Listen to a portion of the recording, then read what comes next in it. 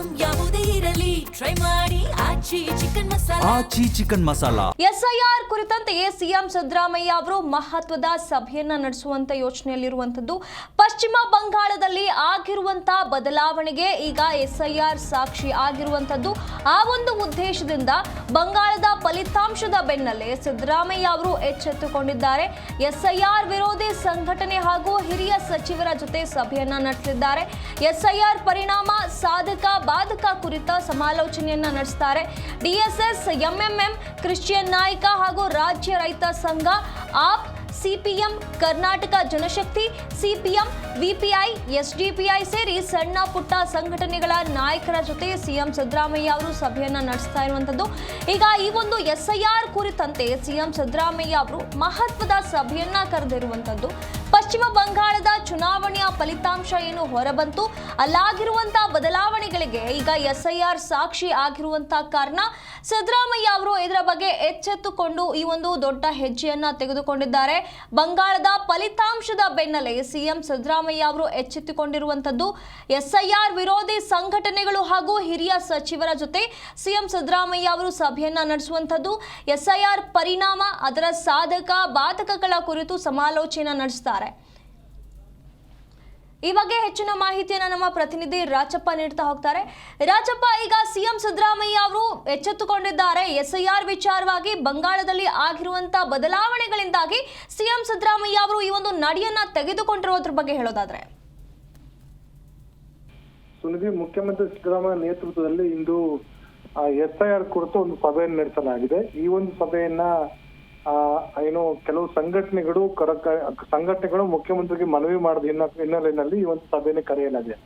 ಇದರಲ್ಲಿ ಪ್ರಮುಖವಾಗಿ ಎದ್ದೇಳು ಕರ್ನಾಟಕ ಮತ್ತು ಡಿಎಸ್ಎಸ್, ಎಂಎಂಎಂ, ಕ್ರಿಶ್ಚಿಯನ್ ಸಮುದಾಯದ ನಾಯಕರು ಮತ್ತು ರಾಜ್ಯ ರೈತ ಸಂಘ ಮತ್ತು ಆಪ್, ಆಮ್ ಆದ್ಮಿ ಪಾರ್ಟಿ ಮತ್ತು ಸಿಪಿಎಂ ಮತ್ತು ಕರ್ನಾಟಕ ಜನಶಕ್ತಿ ಮತ್ತು ಸಿಪಿಎಂ, ಅದೇ ರೀತಿ ಎಸ್ಡಿಪಿಐ ಸೇರಿದಂತೆ ಹಲವಾರು ಸಂಘಟನೆಗಳ ನಾಯಕರುಗಳು ಈ ಸಭೆಯಲ್ಲಿ ಭಾಗವಹಿಸಿದ್ದಾರೆ. ಇವರೆಲ್ಲರ ಪ್ರಮುಖ ಆಶಯ ಅಂತಂದ್ರೆ ಈ ಒಂದು ಎಸ್ಐಆರ್ ನ ವಿರೋಧ ಮಾಡುವಂತದ್ದು. ಇತ್ತೀಚೆಗೆ ಫ್ರೀಡಂ ಪಾರ್ಕ್ ನಲ್ಲಿ ಒಂದು ಪ್ರತಿಭಟನೆ ನಡೆಸುವ ಮೂಲಕ ಎಸ್ಐಆರ್ ನ ರಾಜ್ಯದಲ್ಲಿ ಜಾರಿಗೊಳಿಸೋದು ಬೇಡ, ಯಾಕಂದ್ರೆ ಎಸ್ಐಆರ್ ನಿಂದಾಗಿ ಹಲವಾರು ಜನರ ಅವರ ಒಂದು ಮತದಾನದ ಹಕ್ಕನ್ನ ಕಳೆದುಕೊಳ್ಳುವಂತ ಒಂದು ಕೆಲಸವಾಗುತ್ತೆ. ಮತ್ತು ವಿಶೇಷವಾಗಿ ಹೊರ ರಾಜ್ಯಗಳಿಂದ ಬಂದಿರುವಂತಹ ಸಮುದಾಯ ಇದ್ದಾರೆ, ಸಮುದಾಯಗಳನ್ನ ಹೊರಹಾಕುವಂತ ಒಂದು ಕೆಲಸವನ್ನ ಆಗುವಂತ ಸಾಧ್ಯತೆ ಇದೆ ಅಂತ ಆತಂಕವನ್ನ ಈ ಪ್ರಗತಿಪರ ಸಂಘಟನೆಗಳ ಹೆಸರಲ್ಲಿ ಒಂದು ಪ್ರತಿಭಟನೆಯನ್ನ ಫ್ರೀಡಂ ಪಾರ್ಕ್ ಮಾಡಿದ್ರು.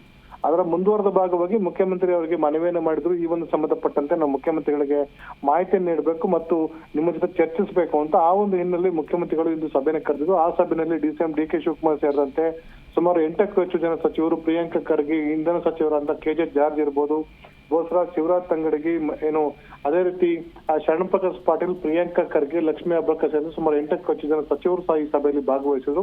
ಆ ಸಭೆಯಲ್ಲಿ ಎಸ್ಐಆರ್ ಎಲ್ಲೆಲ್ಲಿ ಯಾವ ತರ ಲೋಪದೋಷಗಳಿವೆ, ಯಾವ ತರ ಜಾರಿ ಮಾಡ್ಲಿಕ್ಕೆ ಹೊರಟಿದ್ದಾರೆ ಮತ್ತು ಆ ಮೂಲಕ ಸಾಧಕ ಬಾಧಕ ಏನಾಗುತ್ತೆ ಅಂತ ಬಗ್ಗೆ ಮುಖ್ಯಮಂತ್ರಿ ಜೊತೆ ಸುದೀರ್ಘವಾಗಿ ಚರ್ಚೆ ನಡೆಸಿದ್ದಾರೆ.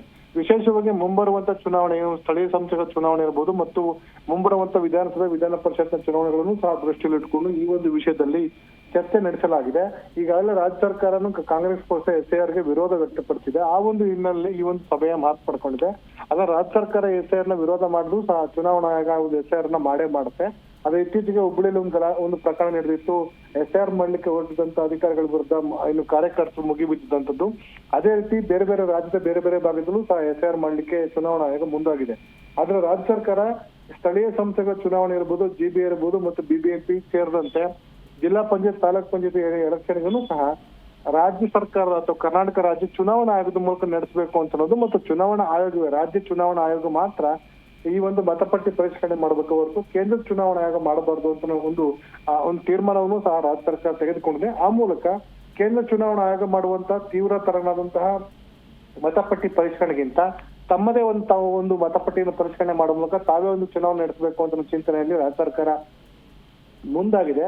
ಅದರ ಭಾಗವಾಗಿ ಇಂದು ಸಭೆ ನಡೆಸಲಾಗಿದೆ ಮತ್ತು ಕೇಂದ್ರದ ಚುನಾವಣಾ ಆಯೋಗದ ವಿರುದ್ಧನೂ ಸಹ ವ್ಯವಸ್ಥಿತವಾಗಿ ಹೋರಾಟ ಮಾಡುವ ನಿಟ್ಟಿನಲ್ಲಿ ಈ ಒಂದು ಸಭೆಯಲ್ಲಿ ಚರ್ಚೆ ನಡೆಸಲಾಗಿದೆ. ಹಾಗಾಗಿ ಪಶ್ಚಿಮ ಬಂಗಾಳ ಸೇರಿದಂತೆ ದೇಶದ ನಾನಾ ರಾಜ್ಯಗಳಲ್ಲಿ SIR ನ ಏನು ಕೇಂದ್ರ ಚುನಾವಣಾ ಆಯೋಗ ಮಾಡಿದೆ, ಅದರಿಂದಾಗೂ ಸಹ ರಾಜ್ಯ ಸರ್ಕಾರಕ್ಕೆ ಕಾಂಗ್ರೆಸ್ ಪಕ್ಷಕ್ಕೆ ಆತಂಕ ಎದುರಾಗಿದೆ.